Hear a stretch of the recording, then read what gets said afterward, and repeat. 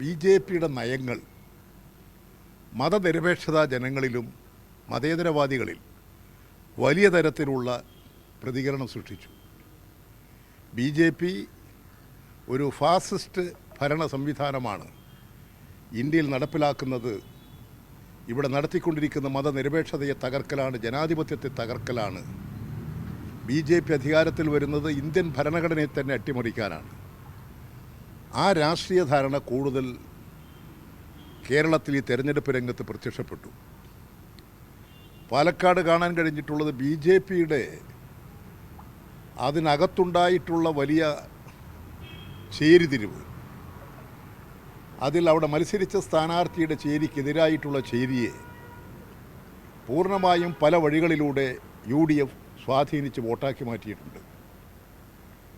UDFന് പാലക്കാട് മുൻകൈയല്ല ഉണ്ടായിട്ടുള്ളത്. ബി.ജെ.പിക്കകത്തുണ്ടായിട്ടുള്ള സ്പ്ലിറ്റ്, അതിൽ കൃഷ്ണകുമാറിനെതിരായിട്ടുള്ള ഗ്രൂപ്പിൻ്റെ വോട്ട് പരമാവധി ശേഖരിക്കാൻ അവർ സംഘടിതമായ നീക്കം നടത്തി. അതിന് പണവും സ്വാധീനങ്ങളും എല്ലാം വലിയ തോതിൽ ഉപയോഗിച്ചു. രണ്ടാമത്തെ കാര്യം, ഇന്ത്യയിൽ ഹിന്ദു രാഷ്ട്രം കെട്ടിപ്പടുക്കലാണ്, മതരാഷ്ട്രം സ്ഥാപിക്കലാണ് ഞങ്ങളുടെ ലക്ഷ്യം എന്ന് പ്രഖ്യാപിച്ചിട്ടുള്ള ബി.ജെ.പി, അതിനുവേണ്ടി പ്രവർത്തിക്കുന്ന RSS, അതുപോലെ നിലപാട് സ്വീകരിക്കുന്നതാണ് ജമായത്തെ ഇസ്ലാമി. ജമായത്തെ ഇസ്ലാമി പറയുന്നത് ഇന്ത്യയിൽ മുസ്ലിം രാഷ്ട്രം കെട്ടിപ്പടുക്കുക, ഇസ്ലാമിക രാഷ്ട്രം. ആ ജമായത്തെ ഇസ്ലാമി അതിനുവേണ്ടി പ്രവർത്തിച്ചുകൊണ്ടിരിക്കുന്ന SDPI, അവരുടെ വളണ്ടിയർ വിഭാഗമായ പോപ്പുലർ ഫ്രണ്ട്, ഇതെല്ലാം UDFനോടൊപ്പമല്ലേ? എല്ലാ വർഗീയ ശക്തികളെയും കൂട്ടുപിടിച്ചു. മതനിരപേക്ഷതയുടെ കേരളത്തിൻ്റെ മുഖത്തെ വികൃതമാക്കി. ആ വികൃത മുഖത്തിൽ നിന്ന് വർഗീയതയെ ഉപയോഗപ്പെടുത്തി വോട്ട് നേടിയത് കരുത്തല്ല, ദുർബലതയാണ്. അതിനെയാണ് രാജ്യത്തിലെ ജനങ്ങൾ ചെറുത്ത് തോൽപ്പിക്കേണ്ടത്. കോൺഗ്രസ് സ്വീകരിച്ചുകൊണ്ടിരിക്കുന്ന ഈ വർഗീയ പ്രീണന നയം, അത് ന്യൂനപക്ഷ വർഗീയതയാകട്ടെ ഭൂരിപക്ഷ വർഗീയതയാകട്ടെ, ഈ വർഗീയതയെ ചെറുത്ത് മതനിരപേക്ഷത കാത്തുസൂക്ഷിക്കുക എന്ന മഹത്തായ നയത്തെ ദുർബലപ്പെടുത്തുകയാണ് ഈ തെരഞ്ഞെടുപ്പിൽ കോൺഗ്രസ് UDF ചെയ്തിട്ടുള്ളത്.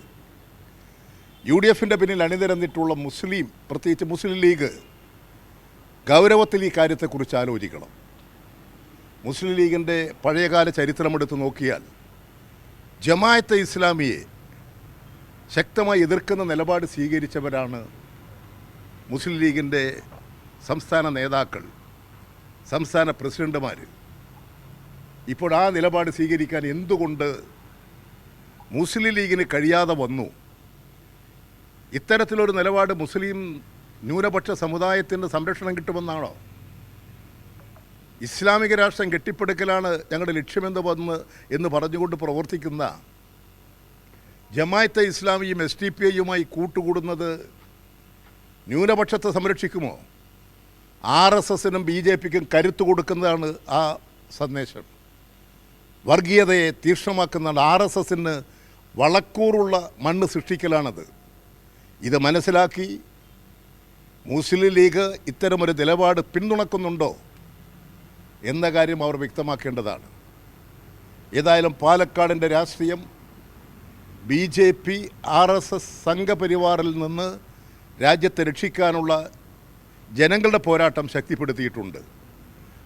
ന്യൂനപക്ഷ ഭൂരിപക്ഷ വർഗീയതയെ പ്രീണിപ്പിച്ച് വോട്ട് നേടി വർഗീയതയെ ഇളക്കിവിടുന്ന, രാജ്യത്തെ ശിഥിലീകരിക്കുന്ന UDFൻ്റെ നയങ്ങൾക്കെതിരായി കൂടുതൽ ജനങ്ങൾ ചിന്തിക്കും, പ്രവർത്തിക്കും. അതാണ് പാലക്കാടിൻ്റെ രാഷ്ട്രീയം നൽകുന്നത്. ഇപ്പോൾ ഇന്ത്യയിൽ 2 സംസ്ഥാനങ്ങളിൽ നിയമസഭാ തെരഞ്ഞെടുപ്പ് നടന്നു. ബോംബെയിലും ജാർഖണ്ഡിലും. മഹാരാഷ്ട്ര ജാർഖണ്ഡ് തെരഞ്ഞെടുപ്പ്.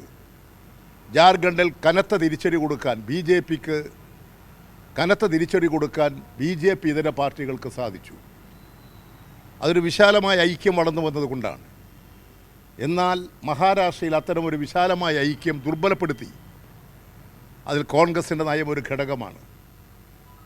ഇന്ത്യയിൽ ഇപ്പോൾ സംഭവിച്ചുകൊണ്ടിരിക്കുന്നത് കോൺഗ്രസ് സ്വീകരിക്കുന്ന നയം BJP വിരുദ്ധ ശക്തികൾക്ക് കരുത്ത് നൽകുന്നതല്ല.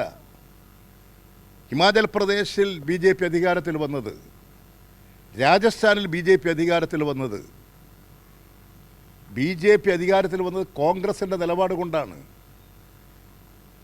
BJPക്കെതിരായി പ്രവർത്തിക്കുന്ന പാർട്ടികളെ ദുർബലപ്പെടുത്തുകയാണ് കോൺഗ്രസ് ചെയ്യുന്നത്. ഡൽഹിയിൽ ആം ആദ്മി പാർട്ടി, അതുപോലെ തന്നെ പഞ്ചാബിൽ ആം ആദ്മി പാർട്ടി, ഇവരെ തോൽപ്പിക്കാനല്ലേ ശ്രമിച്ചത്.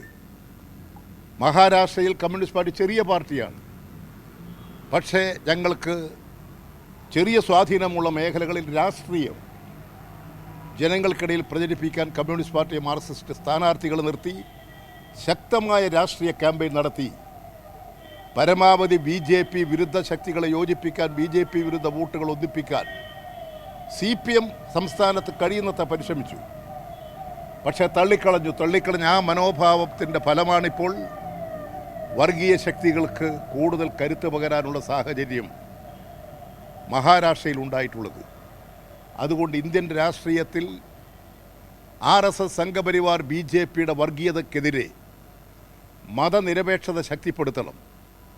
മതന്യൂനപക്ഷ സംരക്ഷണത്തിന് ഒരു വർഗീയതയ്ക്ക് മറ്റൊരു വർഗീയതയല്ല പരിഹാരം, മതനിരപേക്ഷതയാണ്. ന്യൂനപക്ഷ സംരക്ഷണം ഉറപ്പുവരുത്താൻ മതനിരപേക്ഷതയാണ് ഉയർത്തിക്കൊണ്ടുവരേണ്ടത്. അതിനു വേണ്ടിയിട്ടുള്ള വിശാലമായ ഐക്യം വളർത്തിയെടുക്കാൻ ഈ 3 ഉപതെരഞ്ഞെടുപ്പുകളും പ്രേരകശക്തിയായി തീരും എന്നാണ് ഞാൻ പ്രതീക്ഷിക്കുന്നത്.